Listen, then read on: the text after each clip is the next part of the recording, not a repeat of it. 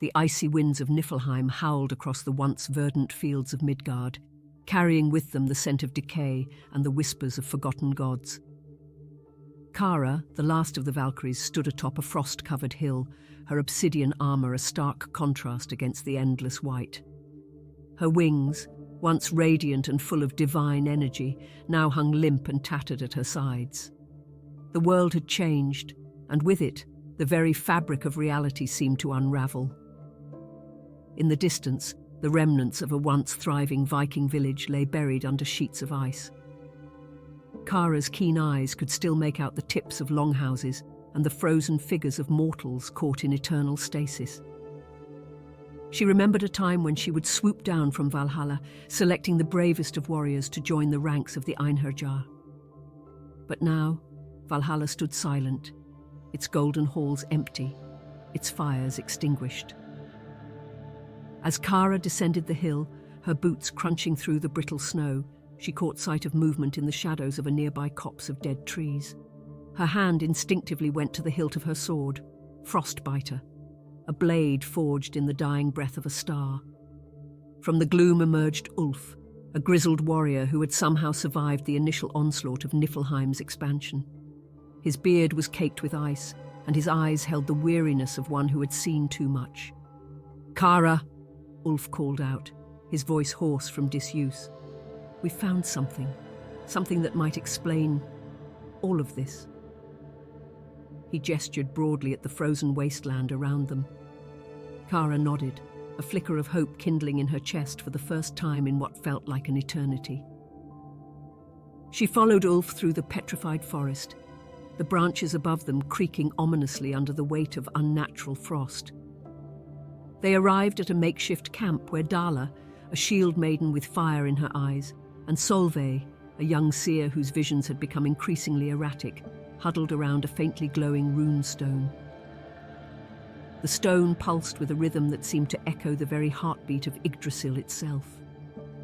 As Kára approached, the runes began to shift and writhe, forming patterns that spoke of ancient prophecies and hidden truths. Little did they know, this discovery would set in motion a chain of events that would challenge everything they believed about the gods, the nine worlds, and their own destinies. The rune stone's pulsing glow intensified as Kára approached, its ancient symbols swirling in a hypnotic dance. Solveig, her eyes glazed over in a trance-like state, began to chant in a language long forgotten by mortal tongues. The young seer's words seemed to carry the weight of eons, each syllable causing the very air around them to vibrate with power. As the final word left Solveig's lips, a blinding flash erupted from the stone, momentarily banishing the perpetual twilight that had blanketed Midgard since Niflheim's encroachment. When the light faded, a shimmering portal stood before them, its edges crackling with residual energy. Through its swirling surface, Kára could make out the faint outline of Valhalla's once majestic halls, now in a state of decay and abandonment. Without hesitation, the last Valkyrie stepped through, her companions following close behind. The transition was jarring. One moment they were in the frozen wastes of Midgard, and the next they stood in the eerily silent great hall of the fallen warriors. Ulf let out a gasp of dismay as he surveyed the scene before them. The long tables where the Einherjar once feasted lay overturned and rotting. Shields and weapons hung askew on the walls, their once gleaming surfaces now dulled and rusted. Most disturbing of all were the empty thrones at the far end of the hall, where Odin and Frigg once presided over their celestial court.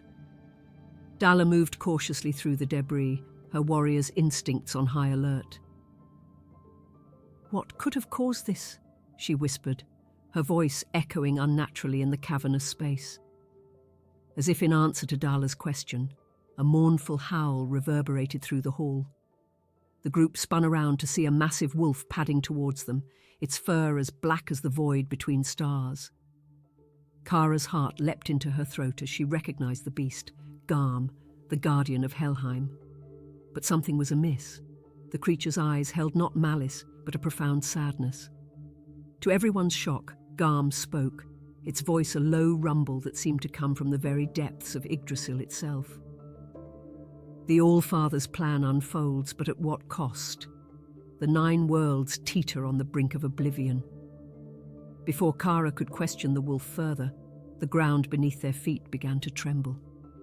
Cracks appeared in the walls and floor of Valhalla, golden light seeping through like the ichor of wounded gods.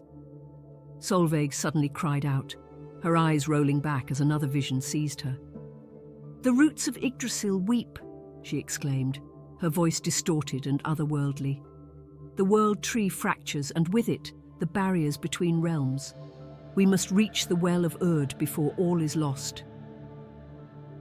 With those ominous words hanging in the air, the group found themselves racing against time, navigating the collapsing halls of Valhalla in search of answers, and perhaps salvation. The journey to the Well of Urd was treacherous, as the very fabric of reality seemed to unravel around them. Kára led her companions through shifting landscapes where the boundaries between the 9 worlds blurred and merged. One moment they were trudging through the ash-strewn fields of Muspelheim, fire giants looming in the distance, and the next they were navigating the mist-shrouded forests of Alfheim, ethereal whispers echoing in their ears. Throughout their odyssey, Garm remained with them, its massive form a silent guardian against the chaos that threatened to engulf them all. As they neared the great ash tree Yggdrasil, the true extent of the catastrophe became apparent. The world tree's once mighty branches were withering, its leaves falling like rain around them. At its base, where the Well of Urd should have stood, they found instead a maelstrom of swirling energy, colours and sounds beyond mortal comprehension, spiralling into its depths. Solveig fell to her knees, overwhelmed by the raw power emanating from the vortex.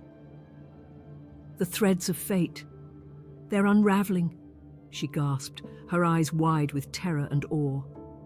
Suddenly a booming laugh echoed across the landscape, sending shockwaves through the already unstable realm. From the chaotic energies of the well emerged a figure that Kára had long thought lost. Odin himself, the Allfather, his one eye gleaming with a mix of madness and profound wisdom. "My Valkyrie," he intoned, his voice resonating with the power of ages. "You've arrived just in time to witness the culmination of my greatest work." Ulf and Dalla raised their weapons, but Kára held up a hand, sensing that violence would be futile against such a being.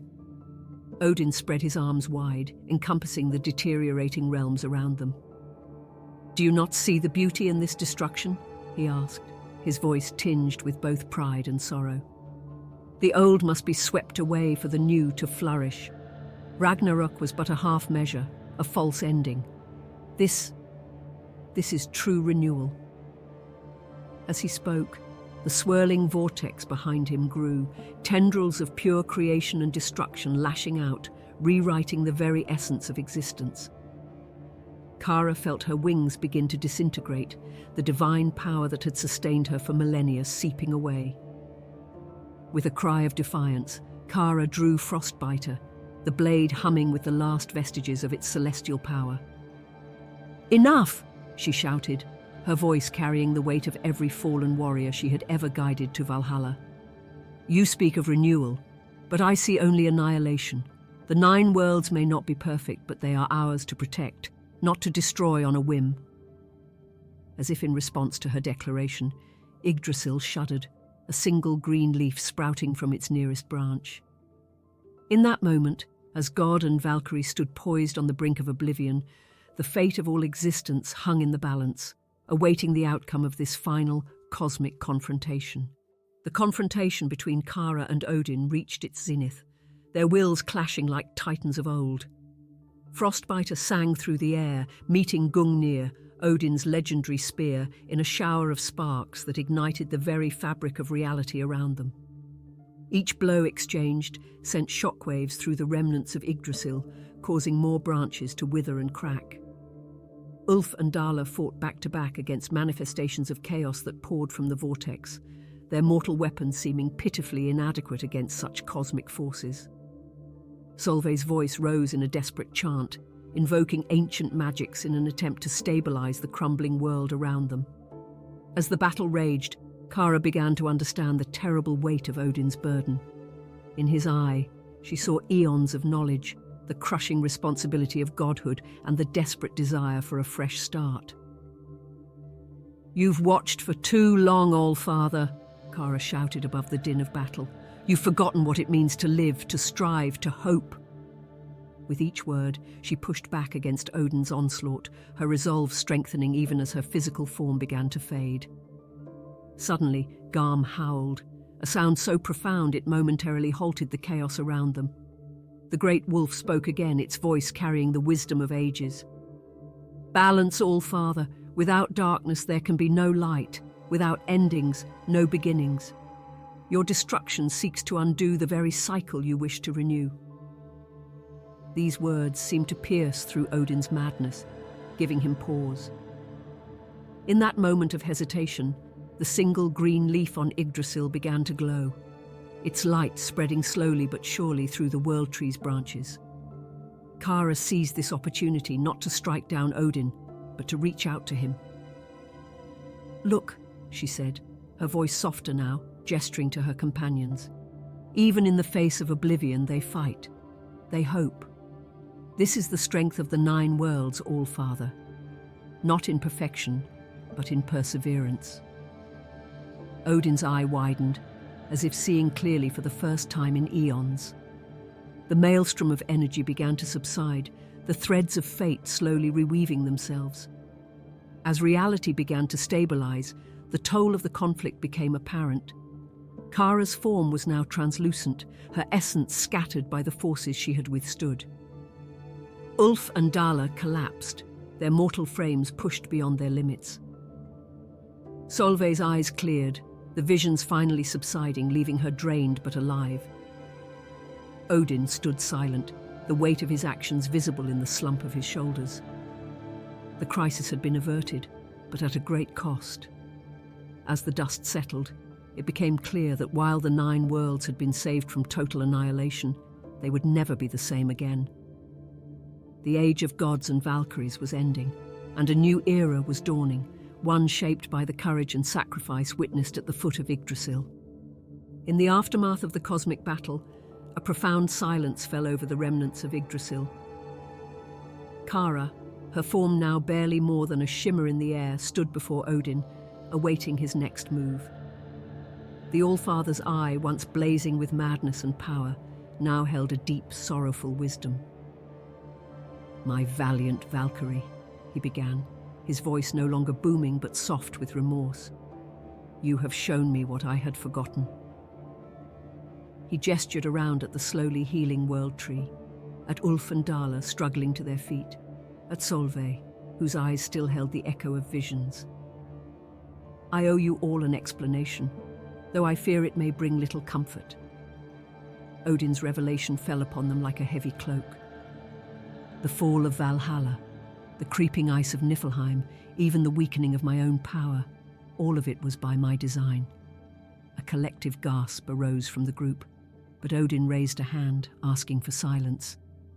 For eons, I watched the cycle of creation and destruction, of Ragnarök and rebirth.